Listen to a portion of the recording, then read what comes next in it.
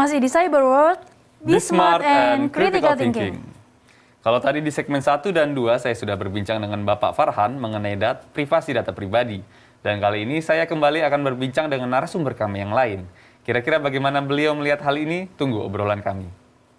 Sebelum itu, saya akan berbagi mengenai siaran pers nomor 11 /HM/Kominfo /01/2021 pada Senin 11 Januari 2021 tentang ubah kebijakan privasi. Kominfo minta platform WhatsApp dan Facebook menerapkan perlindungan data pribadi.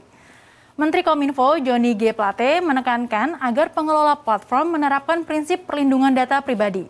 Beliau juga menyampaikan bahwa Kementerian Kominfo telah melakukan pertemuan dengan perwakilan WhatsApp atau Facebook Asia Pacific Region untuk membahas tentang pembaruan kebijakan privasi.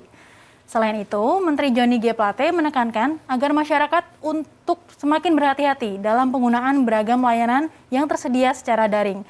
Pilih yang mampu memberikan perlindungan data pribadi dan privasi secara optimal, agar masyarakat dapat terhindar dari dampak-dampak merugikan baik berupa penyalahgunaan atau penggunaan data pribadi yang tidak sesuai aturan dan misuse or unlawful.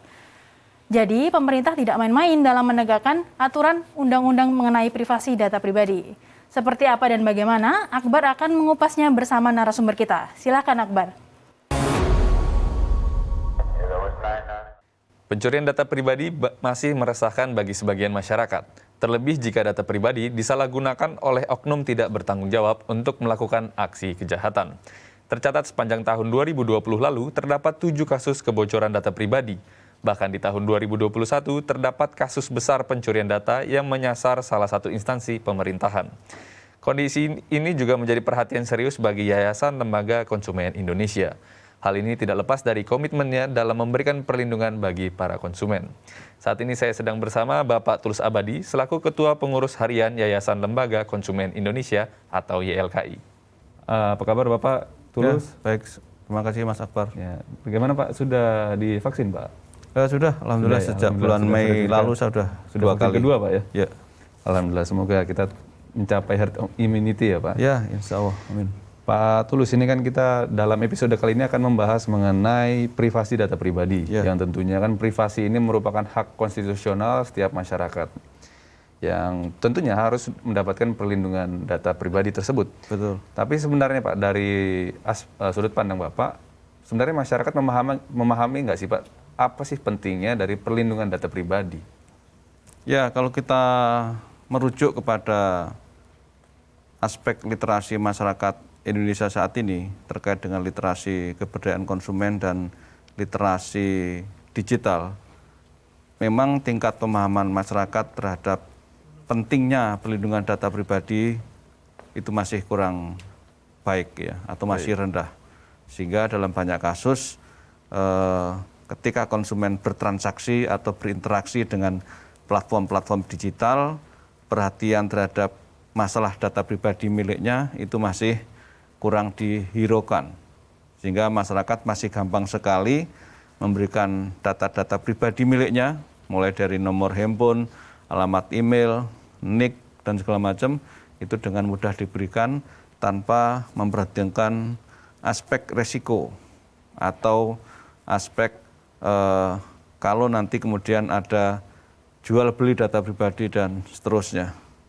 Dan itu yang kemudian dalam banyak kasus, baik pada konteks belanja online, transportasi online, ataupun fintech atau financial teknologi, itu yang justru pada akhirnya banyak konsumen yang menjadi korban karena masalah ketidakpintaran konsumen, ketidakpedulian konsumen terkait dengan pelindungan data pribadi dari yang dia miliki. Artinya kebocoran data pribadi juga seringkali disebabkan oleh kesalahan individu Pak ya? Apakah itu kenapa Pak? Apakah kurangnya wawasan kah atau tidak acuh atau bagaimana Pak? Ya, secara kasuistik begitu. Ya, artinya ada peran atau kontribusi konsumen itu sendiri di mana kurang kehati-hatian di dalam mentransfer data pribadi miliknya untuk keperluan-keperluan bisnis atau non-bisnis atau keperluan sepele sekalipun. Tetapi kalau konteksnya pencurian data pribadi yang sifatnya massal, tentu ini kaitannya dengan masalah pidana, masalah kriminal yang memang terlepas dari soal kapasitas konsumen, tetapi menyangkut misalnya aspek keandalan dari sistem digital yang dimiliki oleh satu institusi atau keandalan dari sistem IT yang dimiliki oleh institusi tersebut, apakah itu perbankan ataupun juga sektor-sektor public services lainnya. Jadi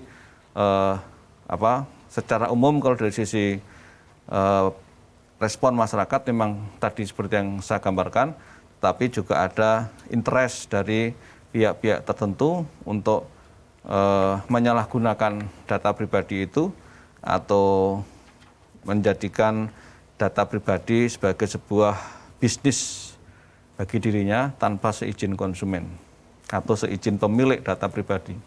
Berarti memang tergantung dari kasusnya Pak ya. Kalau misalkan massal berarti itu disebabkan ada celah kerawanan dari pengamanan teknologi mungkin seperti itu Pak? Saya kira salah satunya begitu, selain karena memang ada upaya untuk menyalahgunakan data pribadi itu, baik itu kepentingan bisnis komersial ataupun mungkin kepentingan lain yang kita tidak mengerti, karena saat ini memang data pribadi itu menjadi bisnis yang paling menggiurkan, menjadi komoditas yang paling menggiurkan. Karena era digital ini sebenarnya era bisnis data pribadi. Siapa yang bisa menguasai data pribadi dalam satu sistem yang dia miliki, cloud system ataupun big data, itu maka akan sangat diuntungkan. Makanya semua saling bagaimana menjadikan data pribadi sebagai sebuah modal di dalam bisnis saat ini. Peruntukannya itu untuk apa Pak ya? Sampai ada orang mau melakukan pencurian data pribadi, baik secara individu maupun secara massal, itu kenapa Pak? Apa motifnya para pelaku? Ya kalau motifnya kan kalau kita lihat ada yang diperjualbelikan. Diperjualbelikan dalam arti nanti dia bisa menjadi objek promosi. Ya sebagai contoh yang paling sederhana misalnya di handphone kita sering masih menerima SMS dari orang yang tidak kita kenal. Ya, SMS promosi kah, SMS untuk ajakan berdonasi dan segala macam. Itu semua kan sebenarnya karena terlalu longgarnya masyarakat di dalam menyerahkan data pribadi milik kita kepada akun-akun tertentu atau kepada platform-platform tertentu, atau ketika kita telah menundukkan diri pada satu akun besar sekalipun, misalnya kalau kita transportasi online kan, mau tidak mau kita menggunakan data pribadi diserahkan kepada mereka. Tetapi kita nggak membaca, konsumen tidak membaca sebenarnya ketika kita menjadi member dari akun tersebut, apakah data pribadi kita itu hanya untuk kepentingan bisnis dia saja, artinya apakah untuk keperluan kalau nanti kita naik transportasi online ataupun pesan makanan secara online, atau untuk kepentingan yang lain, misalnya menjadi objek promosi dari bisnis yang lain. Nah kalau kita nggak baca, konsumen taunya kan lebih banyak taunya soal ketika dia membuka satu akun, kemudian mengklik akun-akun tersebut tanpa membaca detail, sehingga dia tidak tahu peruntukannya untuk apa saja.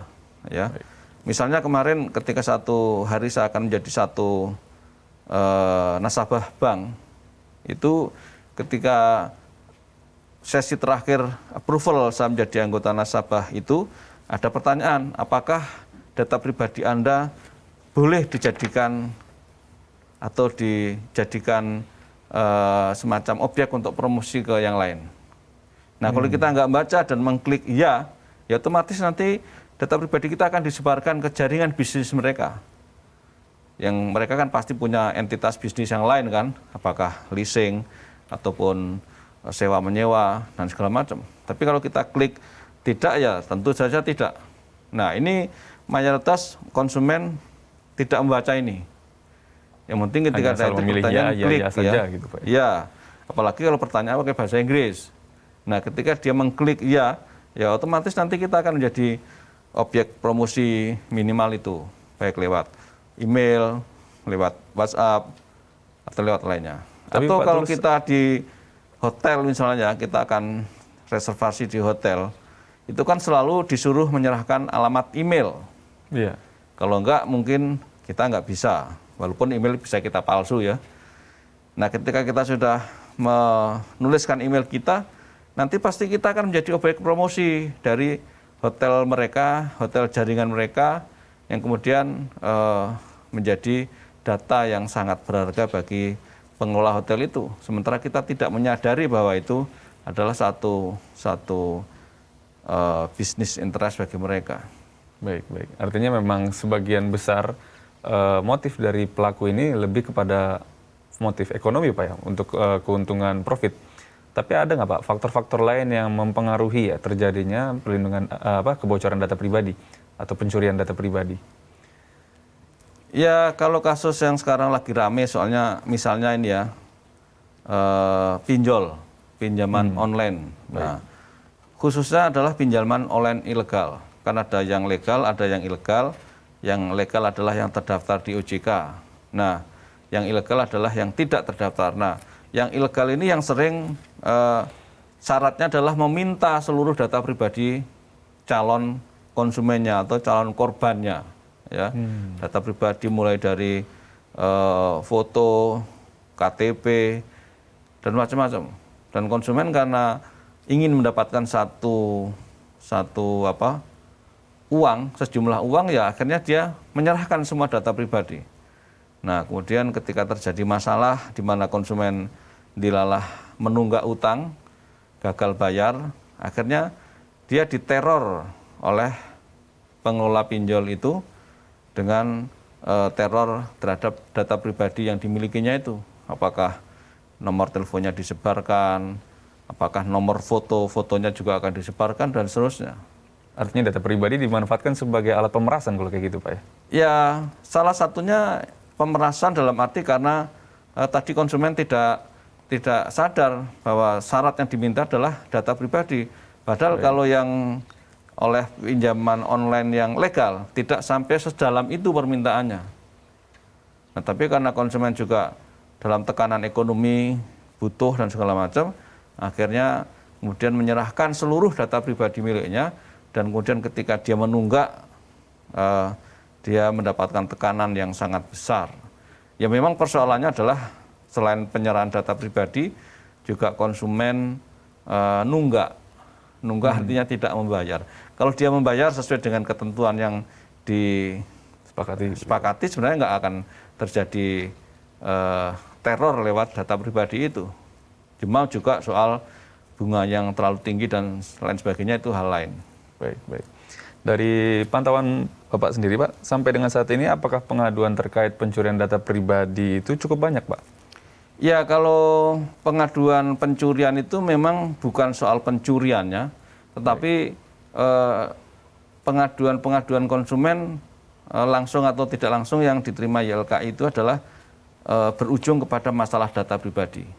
Ya, baik itu di bisnis online seperti e-commerce atau transportasi online, atau tadi yang saya sebutkan fintech, atau juga telekomunikasi, ya, bahkan public services seperti listrik, PAM, segala macam itu awal mula dari data pribadi. Ya, jadi data pribadi itu saat ini tidak ada entitas bisnis, baik itu khususnya bergelut di sektor jasa, yang tidak menjadikan data pribadi sebagai bisnis mereka. Kan saat ini kan sedang banyak sekali Pak kasus pencurian data pribadi seperti yang kemarin pernah terjadi, kan pencurian data BPJS ya, dan juga betul. Tokopedia. Ya. Itu kerugian yang akan dihadapi dalam jangka pendek ataupun jangka panjang seperti apa Pak ya kira-kira Pak? Ya, sebenarnya kerugian dalam arti ekonomi mungkin konsumen tidak merasakan ada kerugian ekonomi ya atau kerugian materi. Tetapi yang dia rasakan adalah pertanyaan-pertanyaan tadi yang paling sederhana, kenapa kok kemudian dirinya menjadi objek promosi dari satu produk? Kenapa dirinya menjadi objek penawaran dari satu jasa? Ya, itu yang kemudian kerugiannya sebenarnya seperti itu. Nah, ini kan yang kemudian konsumen tidak menyadari bahwa di satu sisi dia menjadi objek promosi yang sangat besar, dan itu menguntungkan bagi si bisnis tersebut, sementara konsumen tidak mendapatkan apa-apa, ya. Dan mungkin juga ada penyalahgunaan data pribadi untuk kepentingan politik ya, ataupun mungkin kriminalitas, terorisme atau apa itu yang lebih luas. Bagaimana dulu Presiden Amerika Serikat yang 5 tahun yang lalu itu kan diduga kuat atau bahkan sudah ada bukti di mana dia bekerja sama dengan satu platform digital untuk menjadikan anggotanya atau membernya dari medsos tersebut untuk mempengaruhi kepemilihan di Pilpres di Amerika itu. Jadi sampai ke sana. Kalau kerugian materi yang dirasakan belum tentu ada ya secara kasat mata kerugian apakah ekonomi atau apa. Tapi ya beberapa kasus sekarang sudah mulai muncul ya. Misalnya ada konsumen yang mengadu ke YLKI, sudah ada banyak sekarang, di mana ketika dia mau mengajukan satu keanggotaan nasabah atau mengajukan KPR di satu perumahan, di satu bank, ya, KPR dia ternyata ditolak oleh bank tersebut. Baik. Alasannya apa? Anda masih punya utang di beberapa bank. Konsumen kaget, dari mana saya punya bank? Data seperti itu. Ya, bukan punya data seperti itu. Konsumen kaget karena ternyata dia merasa tidak punya hutang di bank tersebut.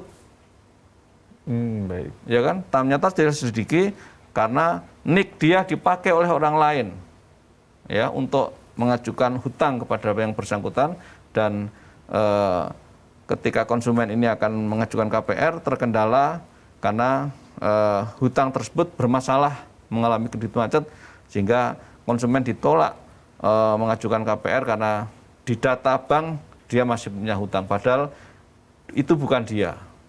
Ya. Nah, sampai ke sana ini penyalahgunaan terhadap data pribadi yang kita miliki, terutama saat ini yang sangat sensitif adalah NIK, nomor induk kependudukan. Ya, karena itu adalah whole dari data pribadi milik kita. Jadi memang sepertinya yang paling dimanfaatkan itu adalah NIK, Pak ya. Jadi kan seperti misalnya kita punya data orang lain bisa berpura-pura atau memanipulasi diri sendiri untuk menjadi orang lain, seperti itu kan, Pak? Ya, kasusnya. Sangat bisa. Oleh karena itu kita tidak boleh dan dihimbau untuk tidak menyebarluaskan atau men-share data NIK kita ke orang-orang tertentu atau ke pihak-pihak tertentu, khususnya medsos yang kemudian nanti bisa disalahgunakan. Ya, makanya waktu itu ketika kita bicara soal vaksinasi misalnya, karena ada peringatan, tolong kartu vaksin jangan diupload di media sosial, karena itu isi data pribadi. Kalau nanti diupload di media sosial, ada barcode, dan barcode-nya itu bisa dibaca, akan muncul nama, alamat, tempat tinggal si konsumen itu. Nah, ini yang kemudian harus terus diingatkan kepada masyarakat untuk tidak gampang men-share identitas terkait dengan data pribadi itu. Baik, tapi kan dilema yang sering kali dihadapi masyarakat kan ketika dimintai oleh pihak yang membutuhkan, misalkan data oleh hotel atau misalkan oleh aplikasi, itu kan mengharuskan data pribadi, Pak. Ini kan seperti menjadi dilema, Pak, bagi konsumen. Ya, memang itu tidak bisa dihindari, tetapi yang harus diingatkan adalah mestinya konsumen ketika menyerahkan data pribadi, tadi seperti alamat email, mestinya ada disclaimer. Baik. Untuk apa? Ya, apakah untuk keperluan data sendiri atau untuk keperluan lainnya? Kalau keperluan lainnya mungkin dia bisa menolak atau juga menawar. Kalau tidak dengan email boleh atau tidak gitu. Karena toh cukup kan dengan handphone, ya. Kemudian KTP misalnya, kenapa harus ada email misalnya? Keperluannya apa gitu. Kita harus punya bergen atau punya catatan email itu akan digunakan untuk apa.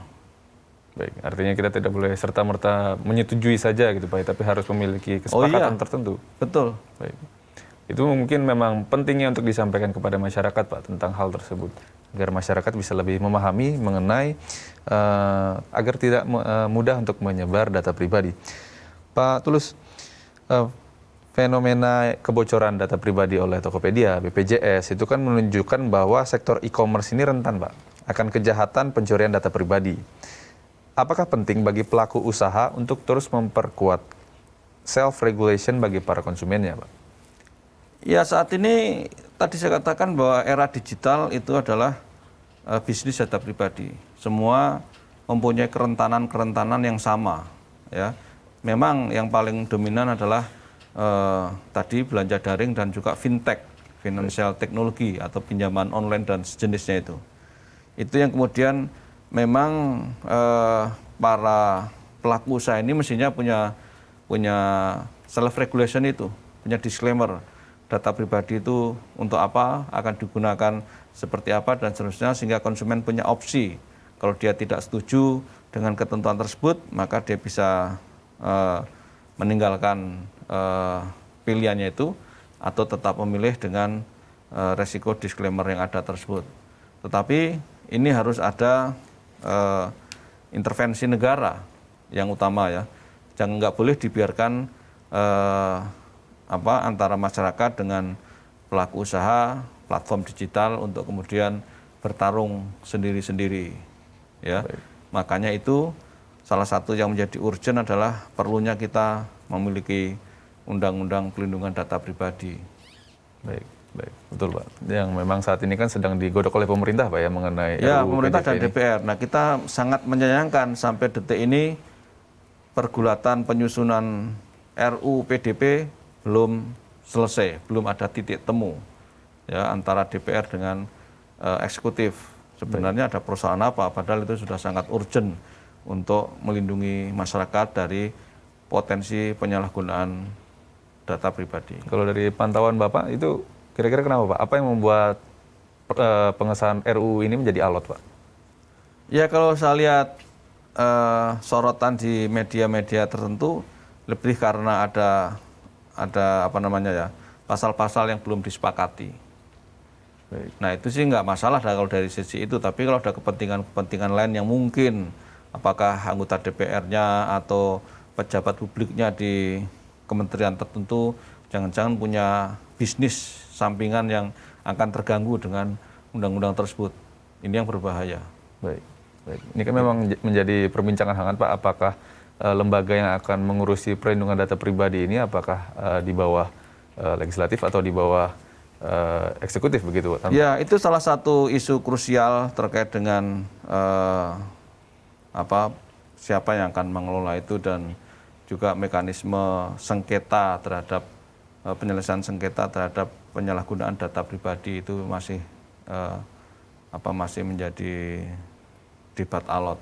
Nah, kalau saya boleh bertanya Pak, ini menurut Bapak sendiri secara profesional lebih baik itu lembaga independen saja atau di bawah suatu lembaga tertentu Pak untuk meningkatkan profesionalitas kerja Ya, sendiri? saya kira pemerintah harus dan juga DPR harus merujuk kepada benchmarking di internasional yang efektif, apakah dikelola secara independen atau menginduk kepada satu institusi.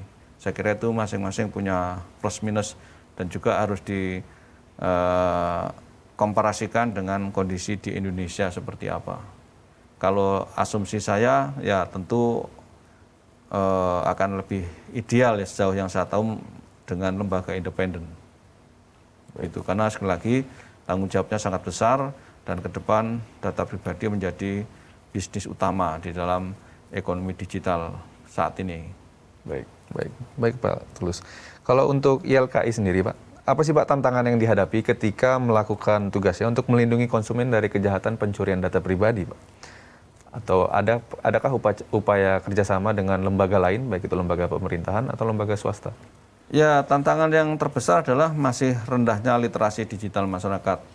Tadi saya katakan masyarakat masih sangat rendah literasi digitalnya, padahal itu modal dasar di dalam masalah pentingnya data pribadi atau modal dasar di dalam bisnis ekonomi digital.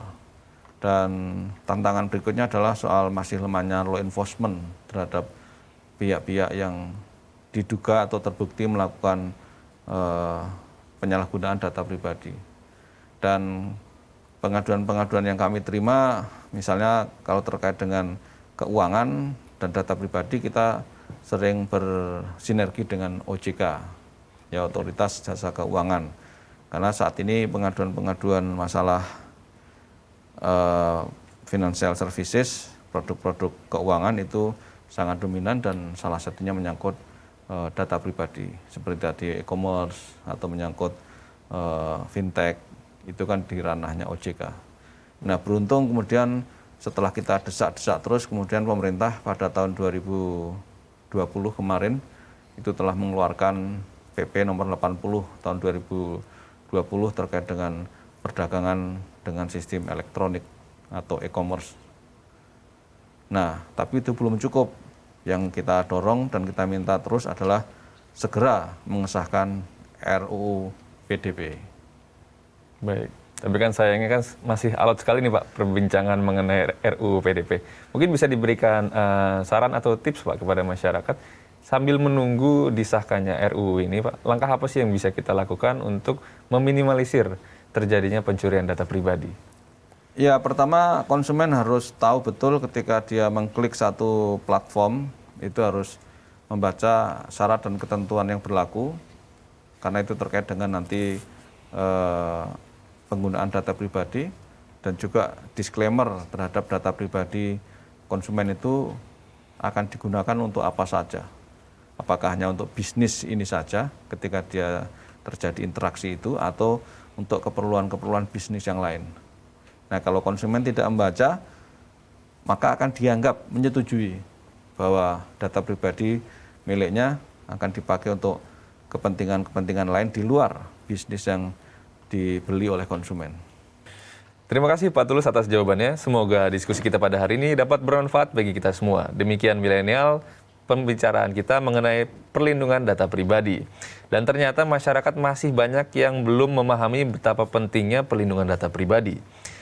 Namun kita bisa menyiasatinya dengan memahami dan membaca segala bentuk terms and agreement yang disampaikan oleh perusahaan lain. Dan kalaupun kita juga dapat meminta disclosure terhadap perusahaan untuk mengetahui akan digunakan untuk apa data pribadi kita. Saya Akbar Wirawan, pamit undur diri, kembali ke studio.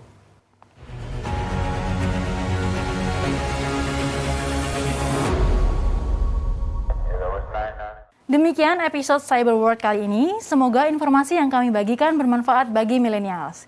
Ingat, bijak dalam menggunakan aplikasi, media sosial, dan semua hal digital adalah cermin sikap dewasa dan bertanggung jawab. Saya undur diri, jangan lupa tetap di Mata Milenial Indonesia TV, matanya Indonesia.